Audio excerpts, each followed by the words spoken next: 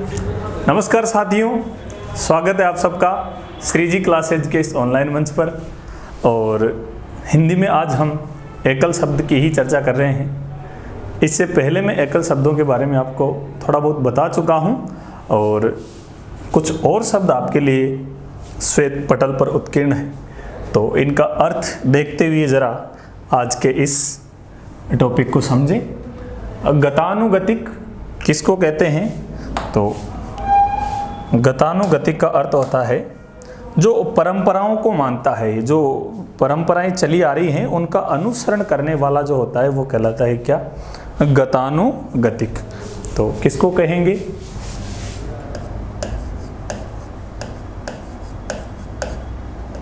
परंपरा का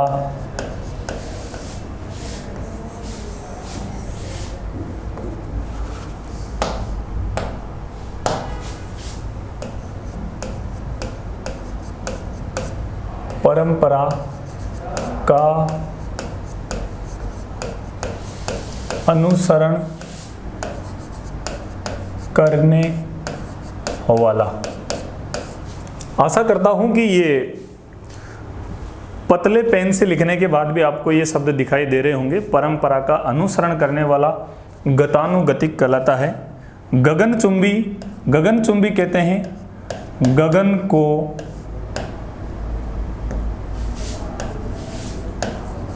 चूमने वाला या वाली।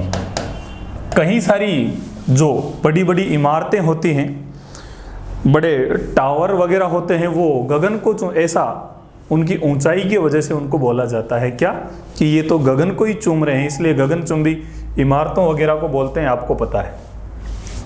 गूढ़ोक्ति, वेदोक्ति, लोकोक्ति और देवोक्ति, चारों जो शब्द हैं ये उक्ति जुड़ा हुआ है सब में। क्या? गूढ़ धन उक्ति से शब्द बना है गूढ़ोक्ति, देव धन उक्ति से देवोक्ति, वेद धन उक्ति से वेदोक्ति, लोक धन उक्ति से लोकोक्ति। सारे शब्दों में गुण संधि हो रही है और सारे शब्दों का जो अर्थ है वो किसी ना किसी कथन से संबंधित होगा, क्योंकि उक्ति का जो अर्थ होता है वो क्या होता है? कथन होता है। उक्ति किसको कहते हैं? कथन को कहते हैं। तो गूढ़ का मतलब रहस्य युक्त, गहराई लिए हुए, गहनता को ग्रहण किए हुए, वो कहलाती हैं गूढ़ उक्ति। गूढ़ोक्ति किसको कहते हैं? जो रहस्यमय उक्ति हो, जो गहराई लिए हुए हो, उसको कहते हैं क्या? गूढ़ोक्ति। क्या लिखूंगा मैं इसका अर्थ?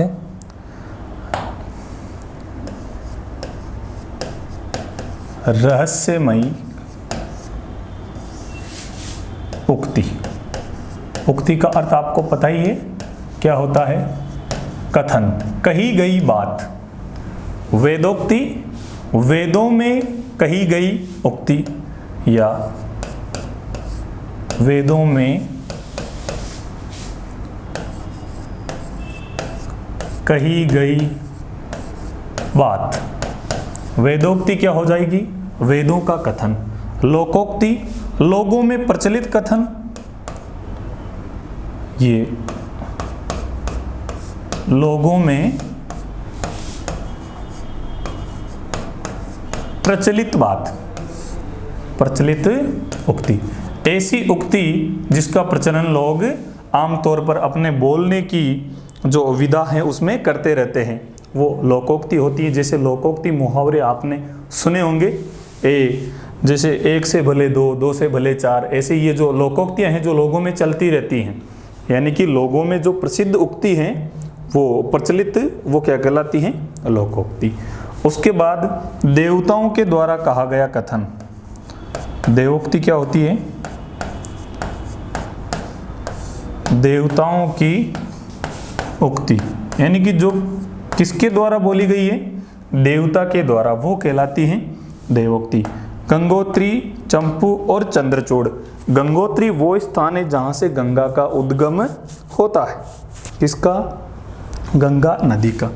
तो गंगा नदी का जो उद्गम स्थान है, गंगा का उद्गम स्थान, उद्गम स्थान क्या कहलाता है? गंगोत्री कहलाता है। चंपू, चंपू कहते हैं लेखन की गद्य और पद्य दोनों प्रकार की जो शैलियों में जो लेखन होता है वो कहलाता है चंपू शैली। लेखन की ऐसी शैली जिसमें गद्य और पद्य दोनों शैली में लेखन हो। गद्य एवं पद्य शैली में लेखन, गद्य व पद्य शैली में लेखन क्या कहलाता है? वो चंपू शैली कहलाती है। चंद्रचूड़, चंद्रमा है जिसके चूड़ पर, चंद्रमा है जिसके चूड़ पर, और चूड़ किसको कहते हैं? चूड़ बोलते हैं बालों को इकट्ठा करके जो चोटा बांधते हैं ऊपर, चोटी टाइप, वो पूरे बालों का जो एक जूटा बांधते हैं, जटा जूटा बांधते हैं ऊपर, महिलाएं भी बांधती हैं, और पुरुष जो बाल रखते हैं, बड़े साधु सन्यासी लोग होते हैं, वो भी जूड़ा बांध लेते हैं ऊपर, तो उसको बोलते हैं चूड़। तो चंद्रचूड़, चंद्रमा है जिसके चूड़ पर, भगवान शिव के चूड़ पर चंद्रमा विराजमान है, इसलिए भगवान शिव को क्या कहते हैं? चंद्रचूड़ कहते हैं। कौन हो जाते हैं चंद्रचूड़? शिव भगवान हो जाते हैं, शंकर भोलेनाथ हो जाते हैं चंद्रचूड़। आगे बढ़ो। चिंतामणि, चिंता को हरने वाली मणि, चिंता को हरने वाली मणि, ऐसी मणि जो किसको हर ले? चिंताओं को हर ले। ऐसा रत्न, मणि क्या होती है? रत्न होता है, मणि रत्न होता है। और मणि कहते हैं, आपने सुना होगा नागमणि, सांप के बारे में, तो नाग भी कहते हैं कि मणि धारण करते हैं, वो मणिधारी नाग होते हैं, तो वो भी मणि होती है। छावनी, जहां सैनिक निवास करते हैं, सैनिकों का निवास, सैनिकों का निवास, जहां सैनिक इकट्ठे होकर रहते हैं वो जगह कहलाती है छावनी। जहां कौन रहते हैं? सैनिक जहां पड़े रहते हैं वो जगह छावनी कहलाती है। छद्मवासी, ये रूप बदल कर रहने वाला। छद्मवासी किसको कहते हैं? मान लो कहीं सारे लोग कुछ करके भाग जाते हैं, फरार हो जाते हैं, और फिर वो रूप बदल कर रहते हैं। जैसे साधु सन्यासी का रूप बहुत सारे पकड़ में आते हैं कि इसने 10 साल पहले हत्या की थी और ये साधु सन्यासी बनकर रह रहा था। ऐसे कई सारे उदाहरण हैं कि जो रूप अपना बदल कर रहे, रूप बदल कर रहने वाले को क्या कहते हैं? छद्मवासी कहते हैं। क्या कहते हैं? छद्मवासी। छद्म रूप में वास करने वाला। छद्म का मतलब होता है नकली। छद्म रूप में रहने वाला, ये कहलाएगा क्या? जौहर क्या कहलाता है? कम से कम राजस्थान जीके का अध्ययन करने वाला तो प्रत्येक छात्र और छात्राएं इस शब्द से अवश्य परिचित होंगे। क्यों? क्योंकि जब भी राजस्थान का जीके पढ़ा जाता है तो इस जौहर शब्द के बिना तो जीके अधूरा मान लो आप। राजस्थान में प्रथम जौहर रणथंभौर में हुआ, और फिर चित्तौड़ में, जालौर में भी हुआ, अपने जैसलमेर में जौहर हुआ, सिवाना में जौहर हुआ, गागरोन में जौहर हुआ। राजस्थान की तो पूरी भूमि वीरों की और वीरांगनाओं की है। यहाँ महिलाओं ने अपने सतीत्व की रक्षा के लिए अपने प्राणों की आहुतियाँ दे दी, खुद को अग्नि में धकेल दिया। तो वही कार्य सतीत्व की रक्षा के लिए आग में कूद जाना जौहर कहलाता है। क्या कहलाता है? सतीत्व की रक्षा के लिए आग में कूद जाना। सतीत्व की रक्षा के लिए मृत्यु को भी गले लगा लेना।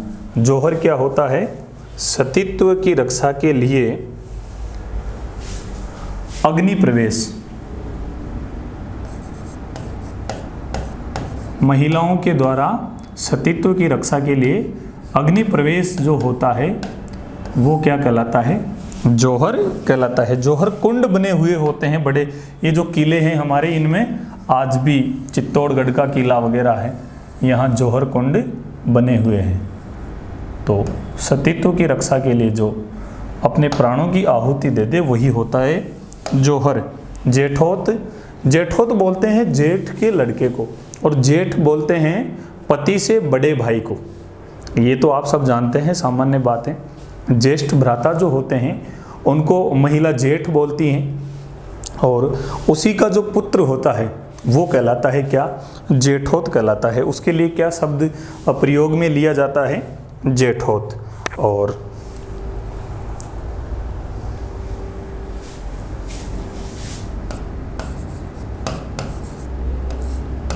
जेठ का पुत्र हो गया जेठोत। ज्वालामुखी, ज्वालामुखी ऐसा पर्वत जिसके मुख से हमेशा ज्वाला निकलती हो, हमेशा जरूरी नहीं लेकिन कभी कभी निकल जाती हो ऐसे। और आपको पता ही है ज्वालामुखी तो ऐसा पर्वत जिसके मुंह से ज्वाला निकलती हो।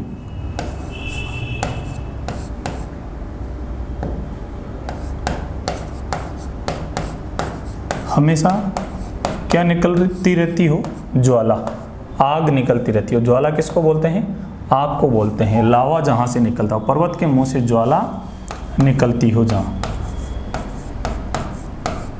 निकलती हो। ये शब्द थोड़े कम जगह में ये लिखाई में आ रहे हैं तो आपको समझने में दिक्कत हो सकती है थोड़ी सी, लेकिन मैं साथ का साथ बोलता भी जा रहा हूँ कि पर्वत के मुंह से ज्वाला निकलती हो वही ज्वालामुखी कहलाता है पर्वत। जंगम किसको कहते हैं, ये बोलते हैं जो गतिशील हो, यानी कि जिसमें गति करने की क्षमता हो, जो हिलता डुलता हो, जो चलता हो, वो जंगम कहलाता है। और जंगम शब्द का जो विलोम शब्द होता है वो होता है स्थावर। स्थावर और जंगम ये विलोम शब्दों में ज़्यादा पूछा जाने वाला शब्द है, बहुत महत्वपूर्ण शब्द है। क्या, जंगम, इसका विलोम क्या होता है, स्थावर होता है। स्थावर बोल रहा हूँ मैं, स्थान का अभाव है लेकिन लिख भी देता हूँ मैं। जंगम का विलोम होता है ये स्थावर। जंगम का क्या होता है, विलोम होता है। इसका अर्थ नहीं होता, जंगम शब्द का विलोम शब्द स्थावर होता है। छिद्रान्वेषी, ये तो बड़ा कमाल का आदमी है। कौन, छिद्रान्वेषी। कैसे, ये हमेशा दूसरों में गलतियां ही ढूंढता है। इसको कभी भी सही चीज़ दिखाई नहीं देती किसी में। जो हमेशा दूसरों में गलतियां निकालता रहता है, उनकी कमियों को जो हमेशा ढूंढता रहे, वो होता है छिद्रान्वेषी। और हम देखते हैं कि हमारे वातावरण में, हमारे आसपास इस प्रकार के जीव मिल जाते हैं। किस प्रकार के, छिद्रान्वेषी प्रकार के, दूसरों में गलतियां देखने वाला, जो सिर्फ गलतियां ही देखे।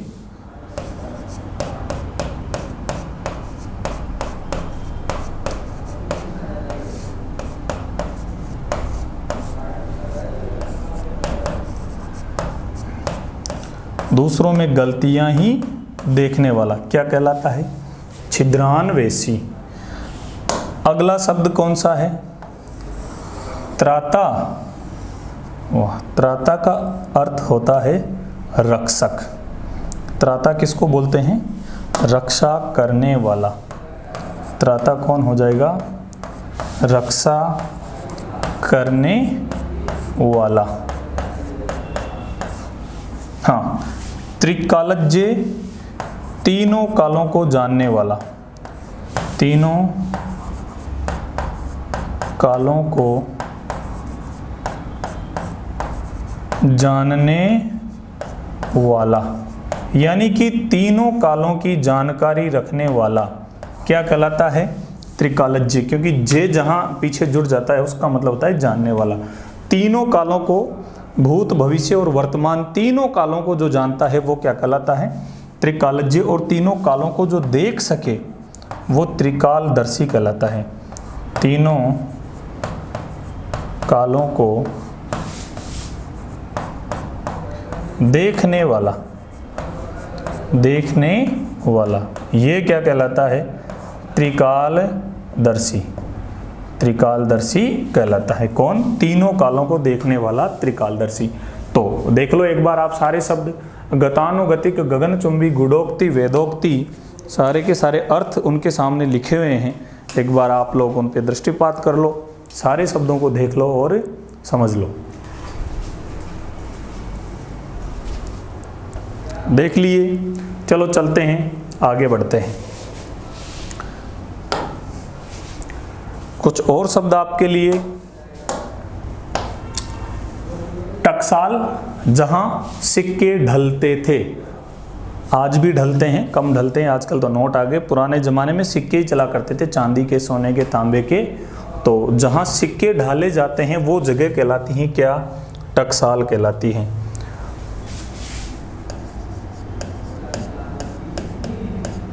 जहाँ सिक्के बनाए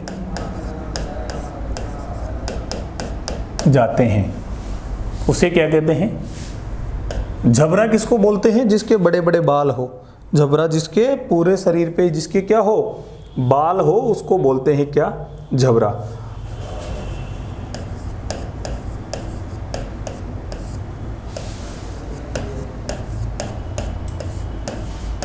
लंबे खुले बालों वाला क्या कहलाता है?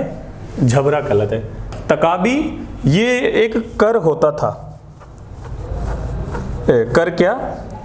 सरकार की तरफ से किसानों को जो सहायता दी जाती थी उसको बोलते हैं तकाबी।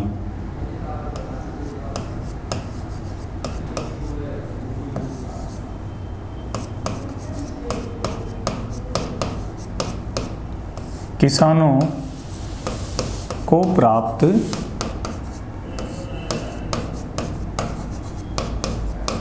सरकारी सहायता कर देती है ना, किसान ऋण माफ, सरकार ऋण माफ कर देती है किसानों के, बिजली के बिल माफ कर देती है कभी कभी गलती से, और कभी कभी मुआवजा भी मिल जाता है। उड़द वगैरह हमारे जो खराब हो जाती हैं फसलें, उनका मुआवजा जो मिल जाता है वो कहलाता है तकाबी। ताप त्रय, ये 3 प्रकार के तापों को कहते हैं। 3 प्रकार के ताप, 3 प्रकार के ताप कौन कौन से हैं? ताप त्रय बताओ, आप बोलो। दैहिक,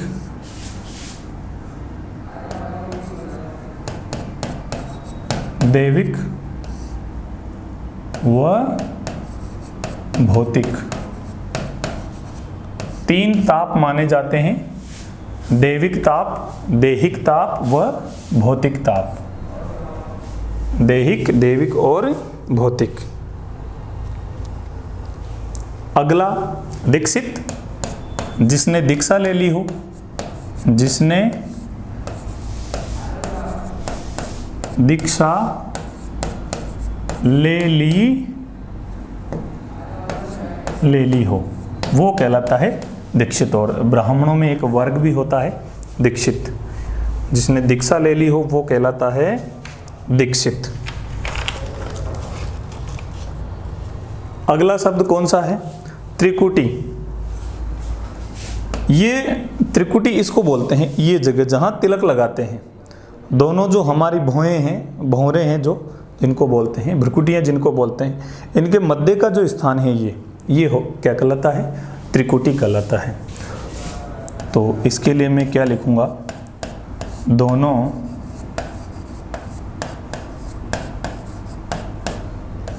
भ्रुकुटियों के मध्य का स्थान, दोनों भ्रुकुटियों के मध्य का स्थान त्रिकुटी कहलाता है। दीवा स्वप्न, ये जागते हुए ही सपने देखना, दिन में ही सपने देखना। दीवा का मतलब दिन होता है, स्वप्न का मतलब तो सपना होता है, आप सब जानते हो। तो दीवा स्वप्न क्या होता है? दिन में ही सपने देखना, दिन में सपने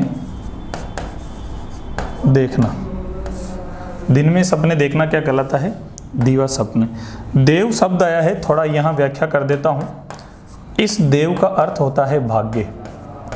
यदि देव में 2 मात्रा है तो देव का अर्थ क्या होता है? भाग्य। और यदि देव में 1 मात्रा है तो इसका अर्थ होता है क्या? देवता। एक तो देव क्या हो गया? भाग्य हो गया और एक देव देवता हो गया।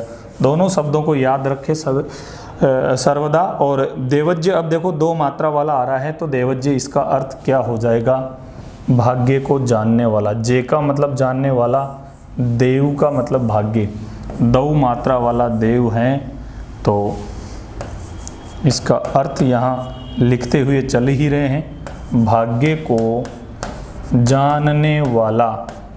जानने वाला, जो भाग्य को जानता है, जो भाग्य को पढ़ लेता है, वो देवज्य कहलाते हैं। जो ज्योतिषाचार्य वगैरह होते हैं वो लिखवाए रहते हैं अपने नाम के पीछे। दोहित्र कौन होता है, पुत्री का पुत्र, पुत्री का पुत्र कहलाता है, नाती को कहते हैं। और दोहित्री, ये पुत्री की पुत्री, पुत्री की पुत्री। नजराना, नजराना बोलते हैं भेंट को। आप भेंट करते हो, उपहार देते हो, भेंट को बोलते हैं क्या, नजराना बोल देते हैं। किसको, भेंट को बोलते हैं। और किसको बोलते हैं, सम्मान को बोलते हैं, सम्मान को बोलते हैं, भेंट को बोलते हैं। चलो देख लो इनको एक बार।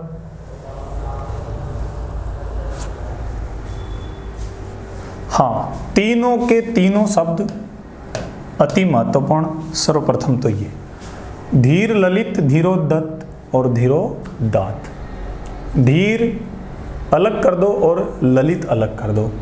धीर का मतलब गंभीर से होता है, वीर से होता है, और ललित का मतलब थोड़ा सुंदर से होता है। ललित का अर्थ वैसे सुंदर होता है। धीरोदत्त, यहाँ धीर है और इससे उद्दत जुड़ा हुआ है। उद्दत का मतलब होता है अक्खड़, अहंकारी, घमंडी। और उदात्त का मतलब होता है श्रेष्ठ, जो वीर भी हैं और श्रेष्ठ भी हैं। तो तीनों शब्दों का अर्थ कुछ इसी प्रकार से होगा। धीर ललित, वीर तो होगा लेकिन थोड़ा कामुक होगा, जो सुंदरता पे ज़्यादा मरता हो वो वीर भी है लेकिन कामुक हैं। धीरोदत्त वीर हैं लेकिन अहंकारी हैं, उद्दत हैं, अक्खड़ हैं।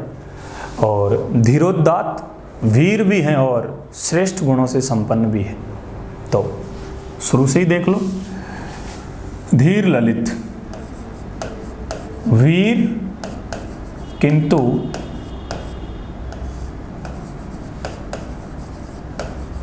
कामुक नायक, ऐसी कल्पना की जाए ऐसे नायक की, वो कैसा होगा, वीर किंतु कामुक। धीर ललित, धीरोदत्त ये वीर किंतु किस प्रकार का होगा, घमंडी होगा। तो क्या होगा ये, अहंकारी नायक। वीर तो होगा लेकिन कैसा, अहंकारी होगा। धीरोदात्त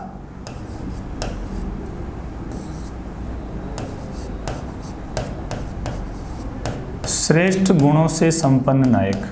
सारे अच्छे गुण इसमें विद्यमान होंगे।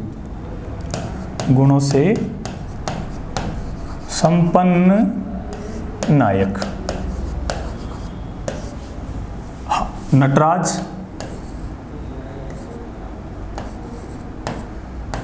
नृत्य करते हुए शिव की प्रतिमा। नृत्य रूप में शिव प्रतिमा। नटराज आपको पता ही है, वो ऐसे भगवान शिव की कुछ इस प्रकार से वो मूर्ति है जिसमें शिव भगवान नृत्य कर रहे हैं ऐसे बीच में। ऐसी मूर्ति आपने देखी होगी नटराज की। मुझसे चित्र तो बना नहीं लेकिन मैं बताने का प्रयास कर रहा हूँ। ऐसी नटराज पे आपने देखा होगा फोटो। तो नटराज भगवान शिव की नृत्य करते हुए जो मूर्ति है वो नटराज कहलाती है। अगला शब्द नक्सीर, नाक से खून आने को कहते हैं। नाक से रक्त आना नक्सीर कहलाती है। गर्मियों में आ जाता है कभी कभी नक्सीर। ध्याता, ध्यान करने वाला। ध्यान करने वाला, ध्याने वाला, ध्यान करने वाला क्या कहलाता है, ध्याता कहलाता है। ध्येय, ध्येय होता है ध्यान करने योग्य, जिसका ध्यान किया जाए। ध्यान करने योग्य। ध्यान करने योग्य, जिसका ध्यान किया जा सके वो ध्येय होता है। उद्देश्य को बोलते हैं, लक्ष्य को बोलते हैं ध्येय। नवजात, जिसका जन्म अभी हुआ हो, जिसका जन्म हाल ही में हुआ हो, हाल ही में हुआ हो, क्या कहलाता है? नवजात। उस शिशु को बोलते हैं। निरापद, आपद का मतलब होती है हानि, उसमें उपसर्ग जुड़ा हुआ है। निर संधि की यदि बात करें तो विसर्ग संधि होगी, निधन। आपद निरापद हो गया, और हानि रहित को निरापद बोलते हैं। हानि रहित, जिस कार्य को करने से कोई हानि ना हो वो निरापद कहलाता है। निरुपम, जिसकी उपमा ना हो, यानी कि जिसकी उपमा ही न दी जा सके, कि ये जो खुद में अद्वितीय हो, जिसकी तुलना ही नहीं कर सकते हम, जिसकी उपमा न दी जा सके, वो क्या कहलाता है? निरुपम कहलाता है। निरुत्तर, जिसका उत्तर ना हो अपने पास, जिसका उत्तर ना हो। ऐसा प्रश्न आपसे पूछ लिया जाए कि बस आप निरुत्तर हो गए, आपके पास उत्तर ही नहीं है, आप उत्तर ही नहीं दे पाओ, तो वो होता है निरुत्तर होना। और ये सारे के सारे शब्द मैं आपके सामने लिख चुका हूँ। एक बार आप लोग इनका स्क्रीनशॉट ले लो, फिर आराम से इनको देखते रहना, पढ़ते रहना, समझते रहना। मैं आपको बता ही चुका हूँ। आगे बढ़ते हैं, कुछ और शब्द देखते हैं। निर्मम, जिसमें ममता नहीं हो, जिसमें प्रेम नहीं हो, जिसमें दया नहीं हो। निर्मम, हत्या कर दी उसकी, ऐसे शब्द आपने सुने होंगे।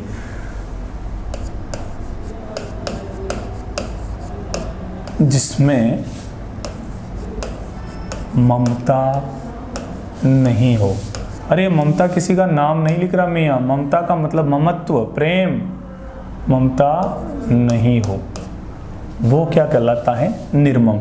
निर्बाध, बाध का मतलब बाधा, आपत्ति, संकट, विपदा, और ऐसा कुछ नहीं हो तो निर्बाध।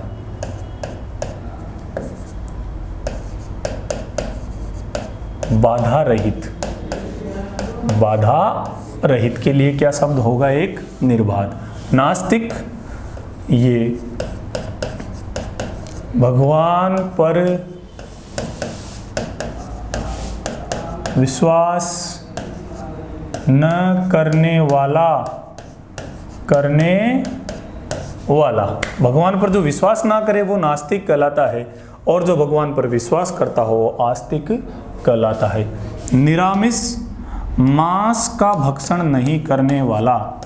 मांस का यानी जो मांस नहीं खाता उसको बोलते हैं निरामिष। मांस का भक्षण नहीं करने वाला, करने वाला निरामिष। कौवे के लिए कहते हैं कि कभी ही निरामिष हो न कागा। निराहार, बिना कुछ खाए, बिना आहार के, यानी कि बिना कुछ खाए निराहार, भूखे रहने को बोलते हैं। निष्पाप, जिसमें कोई पाप ना हो, जिसमें कोई पाप ना हो, वो निष्पाप। नैष्ठिक, ये बहुत आपके लिए नया शब्द हो सकता है और महत्वपूर्ण भी है। ब्रह्मचर्य का पालन करने वाला।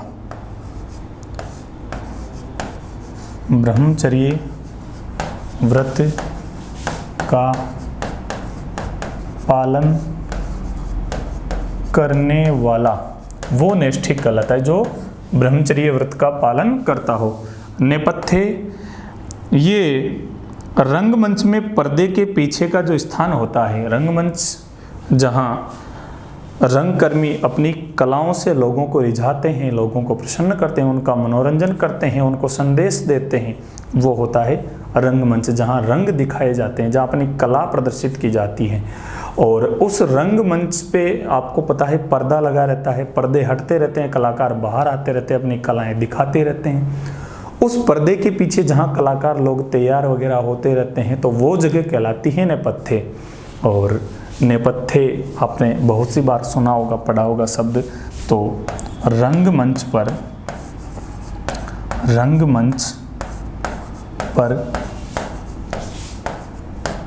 पर्दे के पीछे का स्थान क्या कहलाता है? नेपथ्य। के नेपथ्य से ध्वनि गूंज रही थी। निष्ठुर किसको बोलते हैं? ये जिसमें दया का अभाव हो, जिसमें किसका अभाव हो? दया का। जो निर्दय हो उसको बोलते हैं निष्ठुर। जिसमें दया का अभाव हो वो होता है निष्ठुर। निर्मम, निर्दय।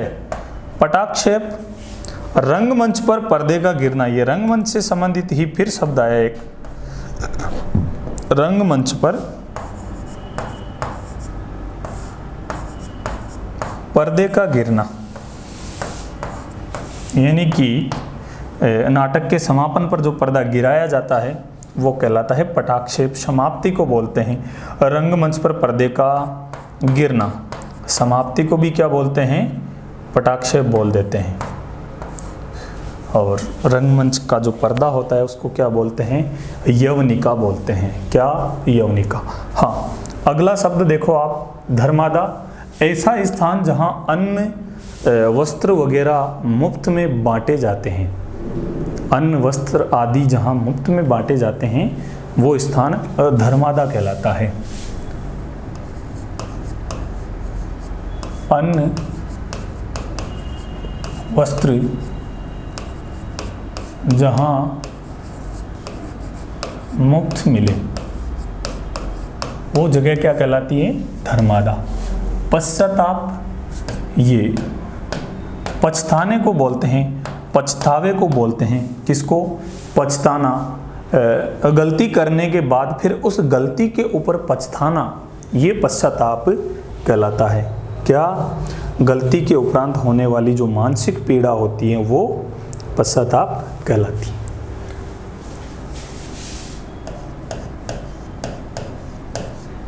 गलती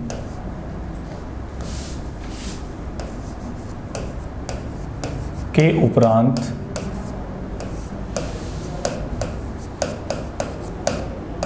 मानसिक पीड़ा क्या कहलाती है? पश्चाताप। पाश्विक, पशु के समान आचरण हो गया वो पाश्विक कहलाएगा। पशु के समान, इसका अर्थ क्या होगा? पाश्विक। पारदर्शी, जिसके पार देखा जा सके, जिसके पार देखा जा सके वो कहलाता है पारदर्शी। कोई पदार्थ मान लो, कोई वस्तु मान लो जिसके आर पार हम देख सकते हैं वो पारदर्शी कहलाता है। पयोहारी, जो केवल दूध पीकर ही रहने वाला।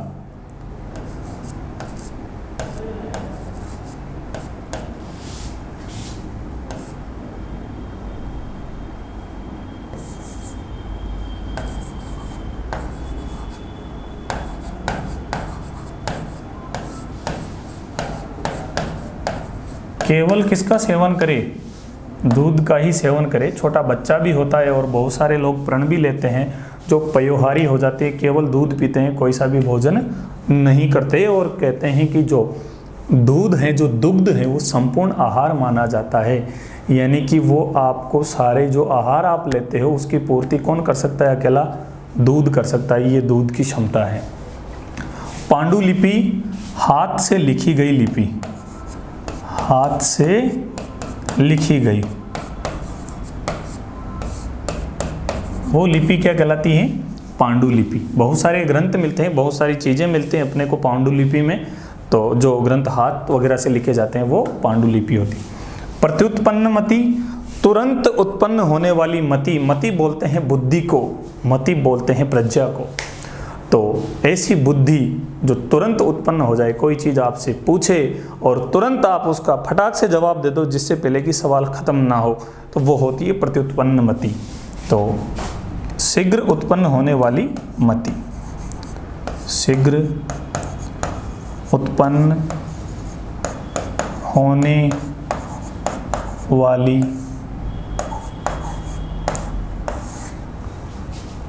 मति। और मति किसको कहते हैं? बुद्धि को। पेशल ये बोलते हैं जिसके डील डोल अच्छा हो, पेशियाँ, मांसपेशियाँ जिसकी मजबूत हो, या यूँ कहूँ कि तो थोड़ा सा मोटा टाइप का, वो कहलाता है पेशल। जो कैसा हो, थोड़ा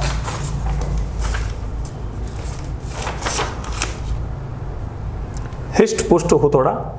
और प्रणतपाल ये तो आपको पता ही है, ये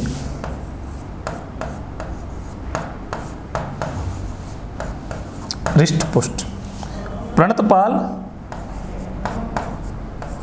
शरण में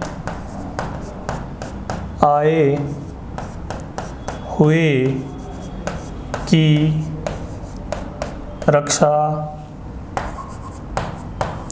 करने वाला, जो अपनी शरण में आए हुए जीवों की रक्षा करता है वो प्रणतपाल कहलाता है। राजा हमीर देव चौहान रणथंभौर का शासक, और जो खिलजी था अलाउद्दीन खिलजी, उसके भागे हुए सेनापति को अपने यहाँ शरण दी थी और उसकी रक्षा के लिए अपने प्राण तक भी त्याग दिए थे। तो ऐसे प्रणतपाल अपनी इस धरा पर, इस भूमि पर उत्पन्न हुए हैं। और भगवान तो सबकी ही रक्षा करते हैं जो भगवान की शरण में चले जाते हैं, इसलिए भगवान को कहते हैं प्रणतपाल रक्षक भगवाना। हाँ, आगे पिष्ट पेषण, कही हुई बात को बार बार कहना या पिसे हुए कोई पीसना। मान लो आपने आटा पीस दिया और उसी को उठा के वापस डालो और फिर पीस डालो, पीसते रहो। तो पिसे हुए कोई पीसना या एक ही बात को बार बार कहना पिष्ट पेषण कहलाता है। कही हुई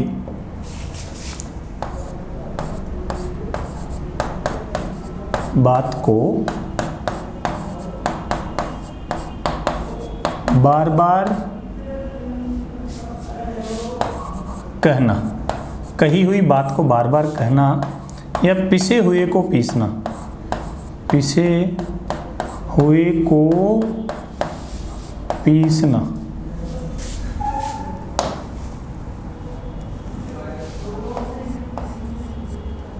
पिसे हुए को पीसना, समझ जाना आप लोग। पिसे हुए को पीसना या कही हुई बात को बार बार कहना पिष्ट पेषण कहलाता है। क्या कहलाता है? पिष्ट पेषण। जरा एक बार देख लो आप लोग, स्क्रीनशॉट वगैरह ले लो।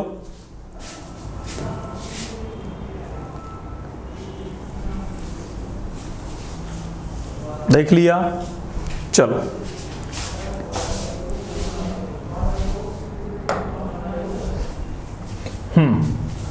पैतृक, ये खानदान से संबंधित जो जायदाद वगैरह होती है, पैतृक संपत्ति वगैरह होती है, आप जानते हो अपने जो पुरखों से चली आ रही है, ज़मीन जायदाद मकान कुछ भी जो अपने पिताजी से संबंधित हो। पैतृक मतलब पिताजी से संबंधित। पैतृक का अर्थ क्या होगा?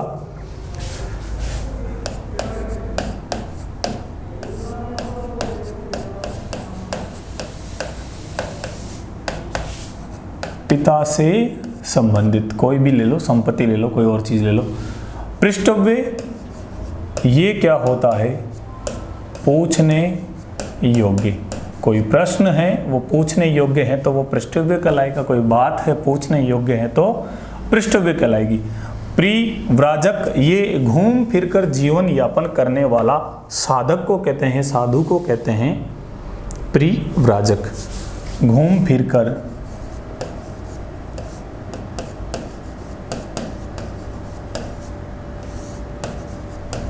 जीवन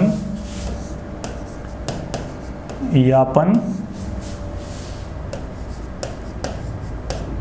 करने वाला साधक। क्या कहलाता है? परिव्राजक। पाथेय, राह में लिया जाने वाला भोजन। आप किसी कार्यवश कहीं जा रहे हो, रास्ते में चल रहे हो, भूख लगी, पहले पुराने ज़माने में तो ऐसे भोजन बांध के ले जाते थे और रास्ते में बैठ के फिर उसको खाते थे। पहले पैदल ही चला करते थे लोग बाग, वाहन वगैरह इतने नहीं थे। तो पाथेय, राह में किया जाने वाला भोजन। एक पुस्तक भी आती थी, शायद आपने पढ़ी हो, पाथेय कण नाम से। प्रहसन, किसी का मजाक उड़ाते हुए उस पे हंसना। प्रहसन क्या होता है? किसी पर व्यंग करके हंसने को प्रहसन कहते हैं। क्या हास्यपूर्ण रचना को प्रहसन कहते हैं। वो उपहास हो जाता है। हास्यपूर्ण रचना, क्षमा चाहता हूँ, हास्यपूर्ण रचना ये प्रहसन कहलाती है। और जो मैं बता रहा था किसी का व्यंग करके, वो उपहास होता है। परिधेय, पहनने योग्य। परिधेय का अर्थ क्या होता है? जो वस्त्र पहनने योग्य होता है उसको क्या कहते हैं? परिधेय कहते हैं।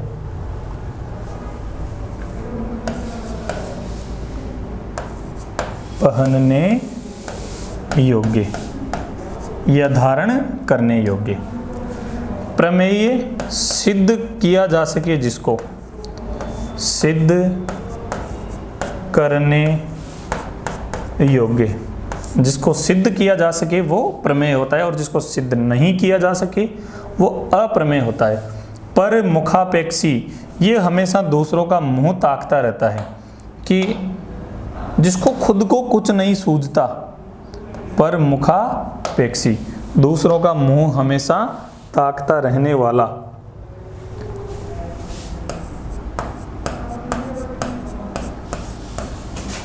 दूसरे का मुंह ताकने वाला क्या कहलाता है? पर मुखापेक्षी। पर मुख धन आपेक्षी, दीर्घ संधि हो रही है यहाँ।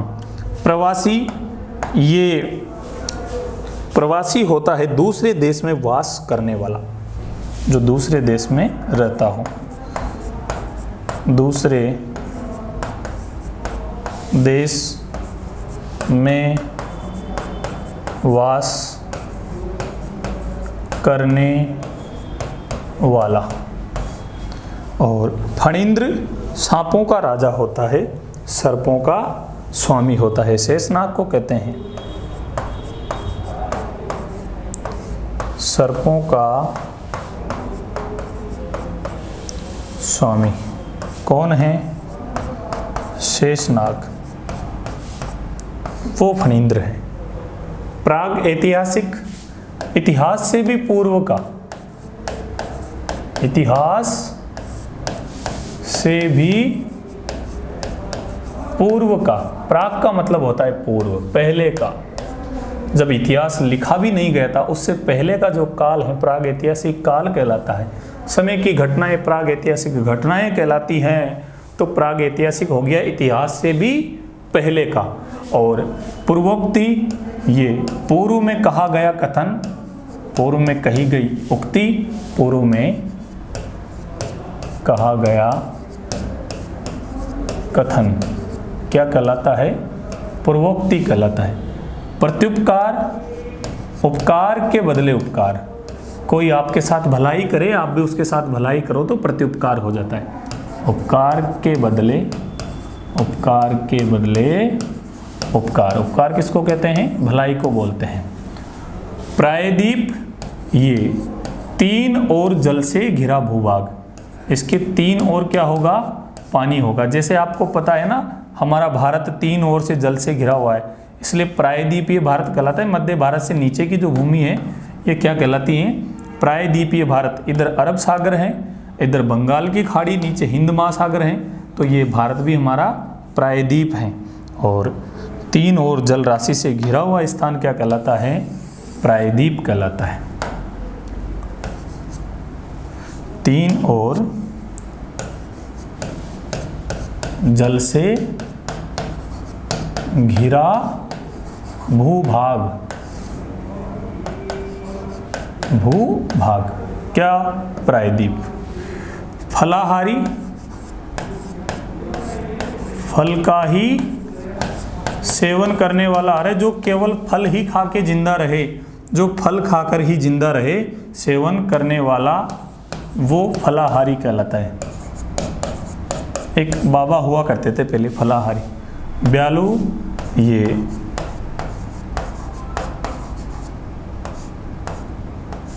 संध्या काल का भोजन, जो शाम को भोजन किया जाता है वो क्या कहलाता है? ब्यालू।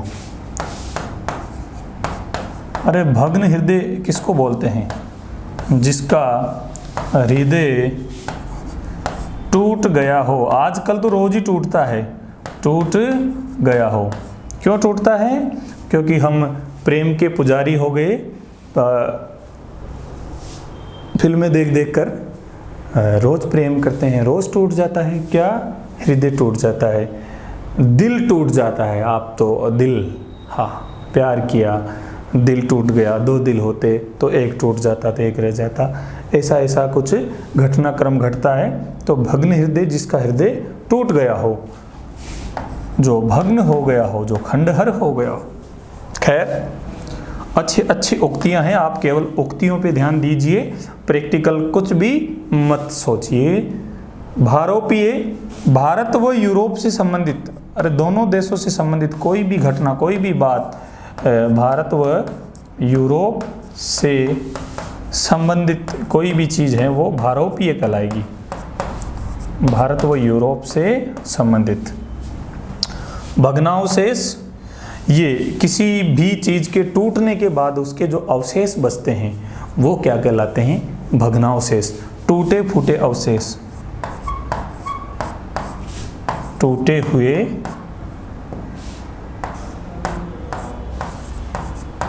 अवशेष भग्नावशेष कहलाते हैं। बिल्डिंगें वगैरह खंडहर हो जाती हैं। भौम किसको बोलते हैं? भूमि में अ लगा हुआ है, भौम शब्द बना हुआ है, और भौम जो होता है मंगल ग्रह को कहते हैं।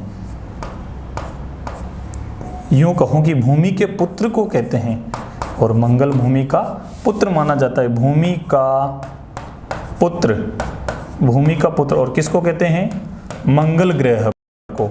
और यदि आप गौर करते हो तो पृथ्वी के बाद यदि जीवन की कहीं संभावना तराशी जा रही है, खोजी जा रही है, तलाशी जा रही है, तो वो मंगल ग्रह ही है। आपको पता है, मंगल पे ही, मंगल ग्रह पर जीवन की संभावनाएं खोजी जा रही हैं। लोग कह रहे हैं कि मंगल ग्रह पे प्लॉट व्लॉट लेने की बातें चल रही हैं। खैर, अपना तो कोई मानस नहीं है, यहाँ ले लें वही बड़ी बात है। भैरवी, भैरवी बोलते हैं, एक राग विशेष होती हैं। जो संगीत के जानकार होते हैं वो जानते हैं कि जो प्रातः गाई जाने वाली एक राग होती है, सुबह के समय जो गाई जाने वाली होती है वो राग, प्रातः गाई जाने वाली एक राग विशेष।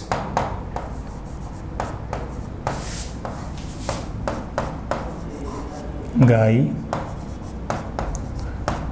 जाने वाली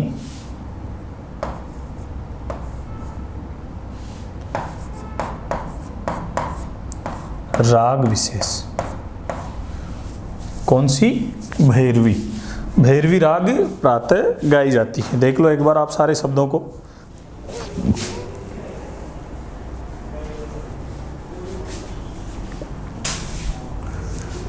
चलो देख लिए, हो गए, आगे बढ़े।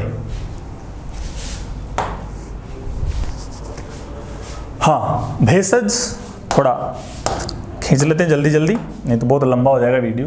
भेषज, औषधियों का जानकार, औषधियों के बारे में जानने वाले को कहते हैं भेषज। औषधियों का जानकार क्या कहलाता है? भेषज। भ्रांत चित्त, जिसका मन एक जगह नहीं लगता हो, जिसका भटका हुआ हो मन, वो कहलाता है भ्रांत चित्त। भ्रांत चित्त कौन होता है? जिसका चित्त भ्रांत हो। भ्रांत का मतलब भटका हुआ, जिसका चित्त भ्रांत हो भटका हुआ जिसका मन हो वो भ्रांत चित हो जाता है। मनस्वी, अरे मनस्वी होना तो बहुत बड़ी बात है। दुख व सुख में समान रहे, अरे जिसको ना दुख से दुखी हो ना सुख से खुशी हो वो कहलाता है मनस्वी। दुख व सुख में समान रहने वाला, रहने वाला।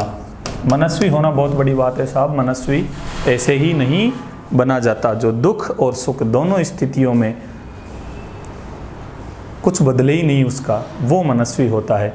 दुख आने पर जो दुखी ना हो और सुख आने पर जो प्रसन्न ना हो वो मनस्वी होता है, सदा एक जैसा रहने वाला।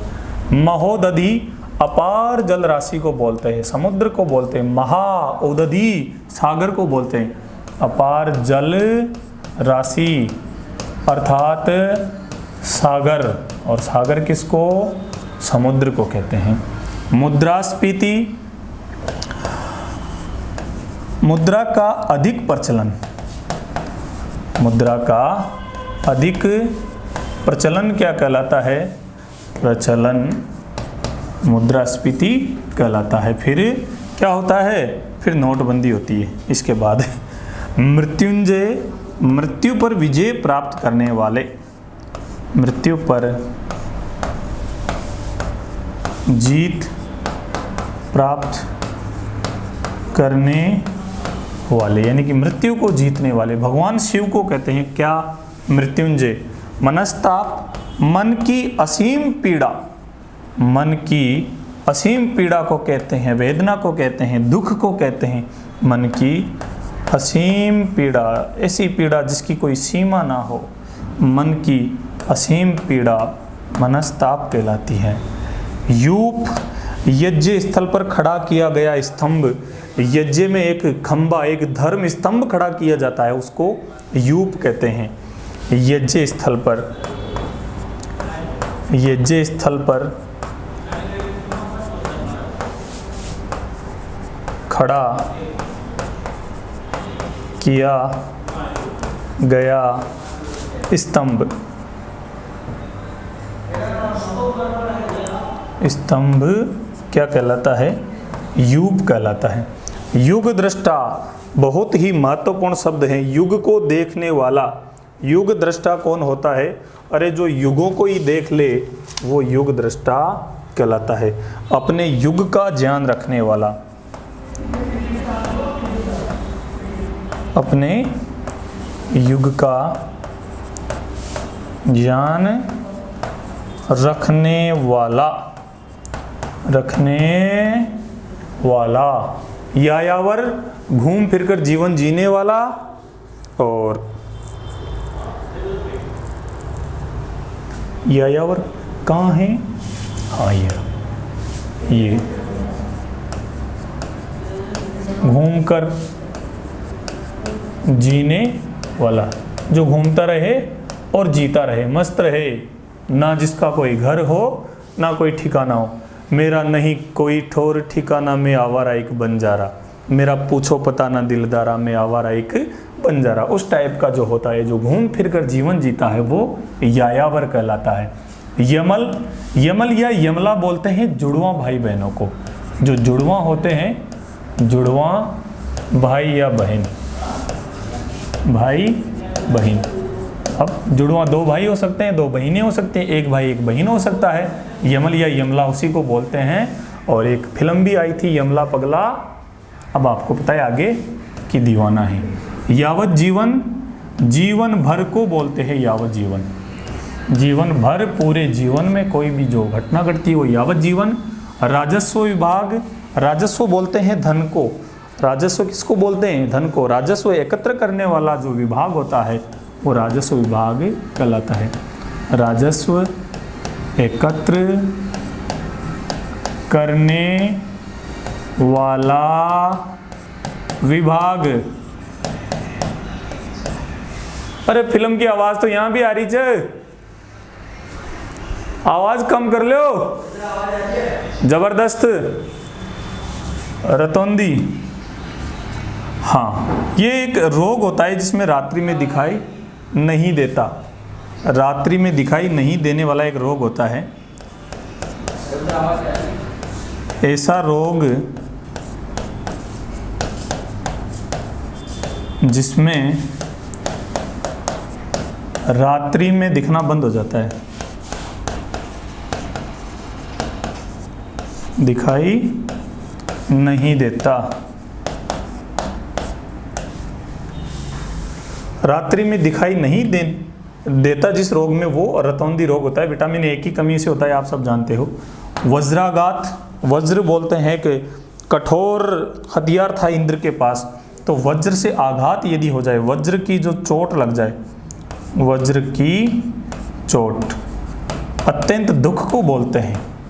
बहुत ज़्यादा गहरी चोट लग जाए, गहरा दुख यदि आ जाए तो वज्राघात हो जाता है। बहुत भयंकर जो आघात होता है, वज्र की चोट भयंकर, कैसी भयंकर चोट।